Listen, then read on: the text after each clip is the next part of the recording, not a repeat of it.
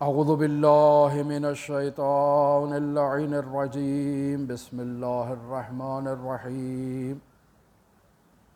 الحمد للہ رب العالمین الصلاة والسلام علی اشرف الانبیاء والمرسلین وعلی آلہ الطیبین الطاہرین المعصومین الذین اذہب اللہ عنہم الرجس وطہرہم تطہیرا اللہم صل علی محمد وآل محمد اللہم اخرجنا من الظلمات الوہم واکرمنا بنور الفہم اللہم افتح علینا ابواب رحمتک وانشر علینا خزائن علومک برحمتک یا ارحم الراحمین قال اللہ الحکیم فی القرآن الکریم بسم اللہ الرحمن الرحیم الذین آمنوا اشد حبا للہ۔ اللہ تبارک و تعالی ارشاد فرماتا ہے کہ جو اہل ایمان ہیں، جو ایمان لائے ہیں، جو مؤمنین ہیں، وہ اللہ سے زیادہ محبت کرتے ہیں۔ اسی موضوع کو زیر بحث لاتے ہوئے اللہ سے محبت کے عنوان پر گفتگو جاری ہے۔ کل کی گفتگو میں یہ بیان ہوا کہ اس محبت کی مقدار کو پہچاننے کا طریقہ کیا ہے۔ انسان اللہ سے کس قدر محبت کرتا ہے، چونکہ بیان ہوا محبت کی آخری قسم جو ہم نے بیان کی کہ محبت کا ایک درجہ شدید ہے اور ایک درجہ کمزور ہے، یعنی انسان اللہ سے محبت کرتا ہے تو شدید درجے کی محبت کرتا ہے اور کمزور درجے کی محبت کرتا ہے۔ اب سوال یہ پیدا ہوتا ہے کہ میں اللہ سے جو محبت کرتا ہوں وہ شدید ہے یا کمزور ہے؟ اس محبت کی شدت و ضعف کو پہچاننے کا معیار کیا ہے؟ تو کہتے ہیں کہ انسان اپنے وجود میں اس وقت اس شدت و ضعف کو پہچان سکتا ہے جب دو محبتیں آپس میں ٹکراتی ہیں، اور ان محبتوں میں سے انسان کس محبت کو ترجیح دیتا ہے معلوم ہو جاتا ہے کہ انسان کے وجود میں محبت کی شدت کس حد تک ہے۔ جیسے کل مثال دی کہ دو دوست ہیں، بہت ہی صمیمی دوست ہیں آپ کو جب دعوت دیتے ہیں تو آپ فوراً ایک کی دعوت کو قبول کر لیتے ہیں دوسرے کی نسبت، جبکہ دعوت دینے والوں نے ایک ہی وقت میں آپ کو دعوت دی ہے، ایک ہی جگہ پر دی ہے، ایک ہی مکان میں دی ہے، ایک ہی آپ نے قبول کر لی ہے، دوسرے کو آپ نے ابھی جو ہے وہ قبول نہیں کی ہے۔ تو یہ جو فوراً قبول کر لی ہے، یہ معنی اس نقطے کی طرف متوجہ کرواتا ہے کہ انسان کے وجود میں اس دوست کی زیادہ محبت ہے، زیادہ تعلق ہے، زیادہ قدر و قیمت ہے۔ لہٰذا کل خداوند متعال کا قول آیہ کریمہ آپ کی خدمت میں پیش کی کہ اگر انسان اس محبت کو اس انداز میں پرکھنا چاہتا ہے کہ اس کے وجود میں اللہ کی محبت ہے یا اس کے وجود میں اپنے والدین کی محبت ہے، یعنی ماں کی محبت ہے، باپ کی محبت ہے، بہن کی محبت ہے، بھائی کی محبت ہے، رشتہ داروں کی محبت ہے، گھروں کی، کوٹھیوں کی، جائیدادوں کی، پراپرٹی کی محبت ہے، مال تجارت کی محبت ہے، کس چیز کی محبت ہے، تو اس محبت کو پرکھنے کا معیار جو خداوند متعال نے ہمارے لیے بیان کیا کہ آپ اس محبت کو ایک سائیڈ پر رکھیں اور دوسری طرف اللہ کی محبت کو رکھیں، اللہ کے رسول کی محبت کو رکھیں، جہاد فی سبیل اللہ کی محبت کو رکھیں۔ اب آپ جب ان دو محبتوں میں تقابل کرتے ہیں تو معلوم ہو جاتا ہے کہ آپ کے وجود میں کس کی محبت موجود ہے۔ اگر آپ اپنے تمام عزیز و اقارب کی محبت کو، یعنی والدین کی محبت کو، بھائی بہن بیٹی رشتہ دار عزیز اقارب خاندان جائیداد پراپرٹی مال دولت مال التجارہ سب کی محبت کو اللہ کی محبت پر، رسول کی محبت پر، جہاد فی سبیل اللہ کی محبت پر فدا کرنے کے لیے اور قربان کرنے کے لیے تیار ہو جاتے ہیں تو معلوم ہوتا ہے کہ انسان کے وجود میں اللہ کی محبت زیادہ شدید ہے، اور دوسری محبتیں جو موجود ہیں انسان کے وجود میں وہ محبت اس شدت کے رتبے پر فائز نہیں ہے۔ لہٰذا انسان جب اس دوراہے پر آ کر کھڑا ہوتا ہے تب انسان کو اس حقیقت کا علم ہوتا ہے اور انسان کے سامنے یہ حقیقت کشف ہوتی ہے۔ لہٰذا حضرات اہل بیت علیہم السلام کی جب ہم زیارت کرتے ہیں تو اس زیارت میں ہم ان ہستیوں کو مخاطب قرار دے کر کہتے ہیں عین اسی معیار کے مطابق کہ السلام علیکم یا اہل بیت النبوہ بے ابی انتم و امی و نفسی و اہلی و مالی و ولدی، اے اہل بیت نبوت، آپ کے اوپر میں اپنے والدین کو، یعنی بے ابی، امی والدہ کو، نفسی اپنے نفس کو، اہلی اپنی بیوی بچوں کو، مالی اپنے مال کو، و ولدی اپنی اولاد کو آپ کے اوپر فدا کرنے کے لیے تیار ہوں۔ یہ معلوم ہوتا ہے کہ انسان کے وجود میں اس محبت کی شدت کو بیان کیا جا رہا ہے کہ اے انسان، تجھے یہ تعلیم دیا جا رہا ہے ان مقدس زیارات کے ذریعے سے کہ تو اہل بیت کی بارگاہ میں اس محبت کو پیش کرے گا، اس محبت کے ساتھ آئے گا، تب تیرا اہل بیت کی بارگاہ میں معلوم ہوگا کہ تو شدید محبت کرتا ہے ان سے یا ان سے محبت نہیں کرتا، اور اگر ان سے محبت شدید کرتا ہے تو پھر انسان کا شمار ان کے محبین کی فہرست میں ہوگا۔ لہٰذا اگر انسان سے یہ سوال کیا جائے کہ تم اللہ سے زیادہ محبت کرتے ہو، اہل بیت سے زیادہ محبت کرتے ہو، جہاد فی سبیل اللہ سے زیادہ محبت کرتے ہو، یا تمہارے وجود میں جو ہے وہ اپنے ان محبتوں کو رکھا گیا ہے، ان میں سے کون سی محبت ہے، تو انسان فوراً کہے گا کہ میں اللہ سے محبت کرتا ہوں، میں رسول سے محبت کرتا ہوں، میں اہل بیت سے محبت کرتا ہوں۔ لیکن یہ اس وقت انسان کے اوپر ثابت ہوگا جب انسان دو راہے پر آ کر کھڑا ہو جاتا ہے، اور وہاں انسان کو ایک کو فدا کرنا ہوتا ہے دوسرے کے اوپر، تو معلوم ہوتا ہے کہ انسان اللہ کو فدا کرتا ہے، اللہ کی محبت کو فدا کرتا ہے اپنے عزیز و اقارب پر، یا اپنے عزیز و اقارب کی محبت کو اللہ کی محبت پر جو ہے وہ فدا کر دیتا ہے۔ لہٰذا یہ وہاں واضح ہوتا ہے۔ اب روایات میں اللہ کی محبت اور رضوان الہی کو جاننے کا کیا طریقہ ہے؟ اب یہاں کہتے ہیں کہ اللہ کی محبت کو حاصل ہم کرنا چاہتے ہیں جس موضوع پر زیر گفتگو ہے، تو سب سے پہلے ہمارے پاس اس محبت کی فضیلت، اس محبت کی قدر و قیمت، اس محبت کا مقام، یہ ہمارے لیے واضح ہونا چاہیے۔ جب یہ واضح ہوگا تب ہم ان ہستیوں کی بارگاہ میں محبت کا اظہار کریں گے۔ لہٰذا چونکہ فضیلت اور معرفت کو ہم پہچاننا چاہتے ہیں کہ اللہ سے محبت کی فضیلت اور اس کا مقام کیا ہے، تو خود ان ہستیوں کے دروازے پر آ کر دستک دینا ہوگی، وہ ہستیاں جو اللہ سے محبت کرتی ہیں، اور ان کی محبت اللہ سے، ہماری اللہ سے محبت کی نسبت جو ہے وہ شدید درجے کی ہے۔ لہٰذا ان کی بارگاہ میں آنا ہوگا، ان سے سوال کرنا ہوگا اور ان سے پوچھنا ہوگا۔ لہٰذا یہاں ہم حضرت امام علی ابن الحسین علیہ السلام زین العابدین، اللہم صلی علی محمد و آل محمد، حضرت امام سجاد علیہ السلام کی ایک روایت آپ کی خدمت میں لے کر آئے ہیں، اسے قرائت کرتے ہیں۔ مضمون روایت خوب کیا فرماتے ہیں؟ اذا سار اہل الجنت فی الجنت، کہ جب اہل جنت، جنتی لوگ جنت میں چلے جائیں گے اور خداوند متعال ان کو جنت میں بھیج دے گا، وَدَخَلَ وَلِيُّ اللَّهِ إِلَىٰ جَنَّاتِهِ وَمَسَاكِنِهِ، اور اللہ کے یہ اولیاء جو اللہ سے محبت کرتے تھے اس دنیا میں، اب یہ جنت میں اپنے محلات میں پہنچ چکے ہیں، اپنے عالیشان گھروں میں پہنچ چکے ہیں۔ وہ جو تعریفیں کی گئی ہیں ان محلات کی، ان کوٹھیوں کی، ان مکانات کی، ان باغات کی، ان نہروں کی، یہ اس جگہ اب پہنچ چکے ہیں۔ وَأَتْقَى كُلُّ مُؤْمِنٍ عَلَىٰ عَرِيكَتِهِ، اور ہر مومن اپنی مسند پر، اپنے تخت پر تکیہ لگا کر وہاں بیٹھا ہوا ہے، تخت لگا کر، ٹیک لگا کر ہر مومن بیٹھا ہوا ہے۔ حَفَّتْهُ خُدَّامُهُ، اور اس کے جو نوکر ہیں، جو فرشتوں کی صورت میں ہیں، انہوں نے اس بندے کا احاطہ کر رکھا ہے کہ اللہ کا مہمان اس جنت میں آیا ہے اور ہم نے اس کی خدمت کرنی ہے۔ تحدلت علیہ الثمار، اب یہ جو اللہ کا جنتی بندہ اس تخت پر بیٹھا ہے، اب اس کا کبھی سیب کھانے کو دل کرتا ہے، کبھی انار کھانے کو دل کرتا ہے، کبھی انگور کھانے کو دل کرتا ہے، تو وہ پھلوں کی شاخیں جھک جاتی ہیں اس کے سامنے تاکہ یہ جو چاہتا ہے ہمارے وجود سے اتار کر تناول کر لے۔ خوب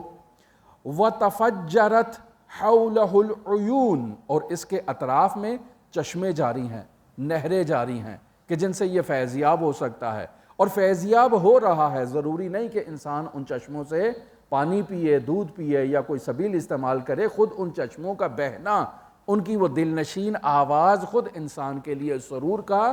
باعث ہوتی ہے۔ پھر فرماتے ہیں وَبُسِّطَتْ لَهُ الزَّرَابِيعُ، اور اس کے لیے بہشتی جنتی قالین پہن کر دیے جاتے ہیں، بچھا دیے جاتے ہیں. جیسے یہ مسجد میں یہ قالین بچھا ہوا ہے نماز کے لیے، تو یہ اس دنیا کا قالین ہے، لیکن اس جنت کا قالین اس سے قابل قیاس نہیں ہے، وہ کس قدر عظیم ہوگا. اور وہ قالین ان جنتیوں کے لیے بچھا دیا گیا ہوگا. اب یہ خداوند متعال ان نعمات کو ذکر کر رہا ہے. پھر فرماتا ہے حضرت امام زین العابدین کی زمانی، وَصُفِّفَتْ لَهُ النَّمَارِقُ، اور اس کے لیے تقیے سجا دیے گئے ہیں. وَآتَتْهُ الْخُدَّامُ بِمَا شَاءَتْ شَهْوَتُهُ مِن قبل أَن يَسْأَلُهُمْ، اور وہ جو جنت کے خادم ہیں، وہ جو فرشتے ہیں جو اس کی خدمت پر مامور ہیں، جس چیز کی اس کے وجود میں خواہش ہوگی، ابھی یہ لب پر اس خواہش کا اظہار نہیں کرے گا، وہ خادم فوراً اس کے سامنے اس جنتی نعمت کو اس کے سامنے پیش کر دیں گے. اب اس کے بعد کیا مرحلہ فرما رہے ہیں؟ وَيَخْرُجُ عَلَيْهِمُ الْحُورُ الْعِينُ مِنَ الْجِنَانِ، اور ان لوگوں کی طرف جنتی حوریں جو ہیں وہ ان کی طرف آگے بڑھیں گی ان کی خدمت کرنے کے لیے. اچھا، فَيَمْكُثُونَ بِذَلِكَ مَا شَاءَ اللَّهُ، اور جب تک یہ چاہیں گے اللہ کی اس جنت میں قیام کریں گے اور استراحت کریں گے. اب یہ ساری نعمات کا اللہ نے ذکر کر دیا کہ یہ اللہ کے ولی جنت میں داخل ہو گئے، وہاں کی نعمات سے استفادہ کر رہے ہیں، اللہ کی بارگاہ میں موجود ہیں. تو اللہ تعالیٰ اب ان نعمات سے مہمان نوازی کرنے کے بعد اب ان لوگوں کو خطاب کرتا ہے. اللہ تعالیٰ ان سے کیا کہتا ہے؟ الا هل انبئکم بخیر مما انتم فیہ، بھئی میرے اولیاء، تم نے اس جنت میں میری نعمات سے فیض تو حاصل کر لیا ہے، تو کیا میں تمہیں ایک ایسی نعمت کا نہ بتاؤں جو ان سب نعمات سے زیادہ اچھی ہے، جس سے تم ابھی فیضیاب نہیں ہو رہے ہو، کہ ایسی نعمات کی طرف تمہیں متوجہ نہ کروں؟ تو انسان کی فطرت ہے، جب اس کو اچھی چیزیں مل رہی ہوتی ہیں تو وہ کہتے ہیں یہ بہت بہترین ہے، یہی میرے لیے جو نعمات ہیں یہ کافی ہیں. لہٰذا یہ لوگ کیا کہیں گے؟ نحنو فی مشتہت انفسنا ولذت اعیننا من النعم فی جوار الکریم، اے میرے پروردگار تیری قربت کے جوار میں ہم بیٹھے ہیں، اس قدر نعمتوں سے ہم فیضیاب ہو رہے ہیں، ہماری دل کی خواہشات یہاں سے پوری ہو رہی ہیں، ہماری آنکھوں کو ان نعمات سے لذت مل رہی ہے. مولا اتنی اچھی تو نعمات ہیں یہاں پر، اب اور کس نعمت کا ہمارے سامنے ذکر فرما رہا ہے؟ پھر خداوند متعال ان سے یہ سوال کرے گا کہ کیا تم نہیں چاہتے ہو کہ میں اس سے اچھی نعمت تمہیں بتاؤں، یہ جو تمہارے پاس موجود ہے نعمات؟ اب یہاں ادب کا تقاضا ہے کہ کہا جائے کہ ٹھیک ہے پروردگار، آپ ان نعمات کا بھی ہمارے سامنے ذکر کریں جو اس سے اچھی نعمت ہے. لہٰذا یہ جنتی اللہ کی بارگاہ میں کہیں گے کہ جی ہاں میرے پروردگار بتائیے کہ وہ کون سی نعمتیں ہیں. تو اللہ تبارک و تعالی ان لوگوں سے کہے گا رضایا عنکم و محبتی لکم خیر و اعظم مما انتم فیہ، اے میرے اولیاء اس وقت جو تم نعمات میں موجود ہو، ان نعمتوں سے زیادہ عظیم نعمت یہ میری رضا ہے جو میں تم پر راضی ہوں، اور یہ میری محبت ہے جو میں تمہارے سے کرتا ہوں، یہ ان دنیاوی ان جنتی نعمات میں کئی گنا تمہارے لیے جو ہے وہ بڑی نعمت ہے. میری رضامندی تم لوگوں سے اور میری تم لوگوں سے محبت ان نعمات سے، ان حور و غلمان سے، ان جنتی باغات سے، ان تختوں سے، ان مکانات سے کئی گنا بہتر ہے. اچھا، اب جب خداوند متعال فرمائے گا تو یہ مؤمنین عرض کریں گے نعم، جی ہاں بے شک بے شک، اے پروردگار تیری محبت تیری رضا ان چیزوں سے تو قابل قیاس نہیں ہے. ہم تو دنیا میں جب موجود تھے تو انہی نعمات کو ہم فدا کرتے تھے، قربان کرتے تھے تیری محبت کے اوپر. تو اے میرے پروردگار یہ جنت میں جتنی بھی تو نے نعمات عطا کی ہیں یہ سب قربان ہیں، یہ سب تیری محبت کے اوپر تیری رضا کے اوپر فدا ہیں. نعم یا ربنا رضا کا انا، تیری ہماری نسبت رضا، و محبتوں کا لنا، اور تیری ہماری محبت خیر لنا، وہ ہمارے لیے بہتر ہے، وَأَطْيَبُ لِأَنفُسِنَا، اور ہمارے نفسوں کے لیے وہ زیادہ خوشگوار ہے، وہ زیادہ بہتر ہے، وہ زیادہ شیرین ہے. لہٰذا اس روایت کے آخر میں امام زین العابدین علیہ السلام سورہ توبہ کی، اللہم صلی علی محمد و آل محمد، سورہ توبہ کی آیت نمبر 72 کو کوٹ کرتے ہیں کہ جس میں اللہ کی نعمتوں کا ذکر ہے، اور آخر میں ارشاد فرماتے ہیں وَالرِّضْوَانُ مِنَ اللَّهِ أَكْبَرُ ذَلِكَ، اور اللہ کی رضا ان نعمات سے اکبر ہے، ان نعمات سے بڑی ہے، هو الفوز العظیم، کہ وہ بہت عظیم کامیابی ہے کہ جو اللہ کی رضا تک پہنچ جائے، جو اللہ کی محبت کے مقام تک پہنچ جائے۔ اب یہ روایت ہمیں سمجھاتی ہے کہ ایھا الناس، کچھ نعمتیں ایسی ہیں کہ جنہیں محسوسات کے ذریعے سے قابل جو ہے وہ درک نہیں کیا جا سکتا۔ مثلا انسان سیب کھاتا ہے، انگور کھاتا ہے، انار کھاتا ہے، انسان گاڑی میں بیٹھا ہے، انسان کوٹھی میں بنگلے میں بیٹھا ہے، یہ سب وہ چیزیں ہیں جسے انسان محسوس کرتا ہے اپنے حواس کے ذریعے سے، لیکن ان سے بڑی کچھ نعمات ایسی ہیں کہ جو انسان حواس کے ذریعے سے محسوس نہیں کرتا ہے، اور وہ آل محمد کی محبت ہے، وہ اللہ کی محبت ہے کہ جسے انسان ناک سے، کان سے، زبان سے محسوس نہیں کرتا ہے، لیکن وہ اس سے اعظم ہے، اس سے بڑی نعمت ہے ان تمام مادی نعمات سے۔ لہٰذا ہمیں اپنی توجہ صرف مادی نعمتوں کی طرف نہیں رکھنی ہے، صرف دنیاوی نعمات کے اوپر انہیں ہم نے محدود نہیں کرنا ہے، بلکہ ان سے بڑی نعمت کی طرف ہم نے خود کو متوجہ کرنا ہے۔ اور یہ بڑی نعمات، یہ لذات جو اللہ کی محبت کے ذریعے سے، اللہ کی رضا کے ذریعے سے حاصل ہوتی ہے، وہ صرف اس دنیا سے محدود نہیں بلکہ آخرت سے تعلق بھی رکھتی ہے۔ مرحوم آیت اللہ شیخ محمد تقی بہجت فومنی رحمۃ اللہ علیہ کی نماز میں جو لذت موجود تھی ان کے لیے، ہمارے لیے نہیں، جو ان کے لیے وہ لذت موجود تھی وہ ہماری درک سے باہر ہے۔ لہٰذا مرحوم آیت اللہ فرماتے ہیں کہ اگر بادشاہ جان لیں کہ نماز میں کتنی لذت موجود ہے تو وہ اس نماز کی لذت کو درک کرنے کے لیے اپنی بادشاہت کو ٹھوکر مار دیں گے۔ بس انسان کے درک کرنے کی دیر ہے۔ ہم اس نماز کی لذت کو اگر درک کر لیں تو یہ دنیا کی جتنی بھی نعمات ہمارے سامنے ہیں، ہم ان تمام نعمات کو اس نماز کی نعمت کے حصول کے لیے فدا کر دیں گے اور قربان کر دیں گے۔ کیوں؟ چونکہ وہ لذت ایسی لذت ہے جو کسی کے لیے قابل فہم نہیں ہے مگر اس کے لیے جو اس نعمت کو، اس لذت کو محسوس کر لے اس دنیا میں۔ ہمارے لیے نماز کیا ہے؟ ہمارے لیے نماز یہ 5 منٹ کی نماز جماعت ہے، 10 منٹ کی نماز ہے۔ یہ ایسے ہے جیسے ہمیں کسی نے اس مسجد کے اندر بند کر دیا ہے، آئے ہیں ہم اپنی رضا سے، ہم چاہتے ہیں کہ جلدی یہ نماز ختم ہو جائے، جلدی ہم اپنے گھروں میں واپس چلے جائیں، جلدی اپنی مصروفیات میں مصروف ہو جائیں۔ اکثر کاتبہ مؤمنین کی یہی حالت ہے، مگر چند افراد ایسے جو اس نماز میں لذت محسوس کرتے ہیں۔ تو یہ لذت ایک ایسی معنوی لذت ہے کہ جو اس لذت کو درک کرتا ہے اس کی نماز میں اور ہم جیسے لوگوں کی نماز میں زمین آسمان کا فرق ہوتا ہے۔ لہٰذا کسی نے مرحوم آیت اللہ قاضی، مرحوم آیت اللہ بہجت کے جو استاد ہیں ان سے سوال کیا کہ آغا آپ یہ بتائیں کہ کیا جنت میں بھی نماز ہوگی؟ تو فرماتے ہیں کہ اگر جنت میں نماز نہ ہو تو وہ جنت پھر کس کام کیا؟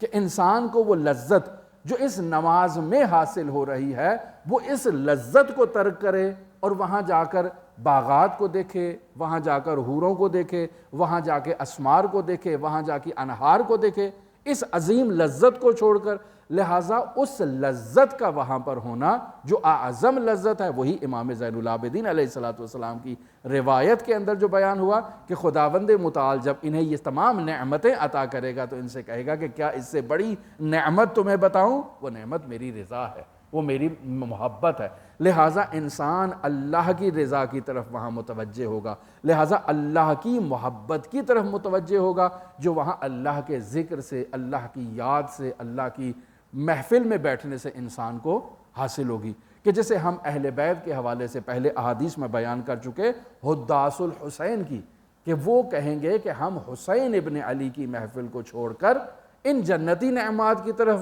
آئیں، وہ اصلاً سر اٹھا کر بھی ان حور العین کی طرف متوجہ نہیں ہوں گے اور ان کی طرف نہیں دیکھیں گے کہ ہم اس وقت جو جنت الحسین میں موجود ہیں اس سے ادنا جنت کے اندر جانے کے لیے ہم راضی نہیں ہیں۔ لہٰذا اسی محبت کے موضوع پر ہم گفتگو کر رہے ہیں آپ کے ساتھ، اور دعا ہے کہ خداوند متعال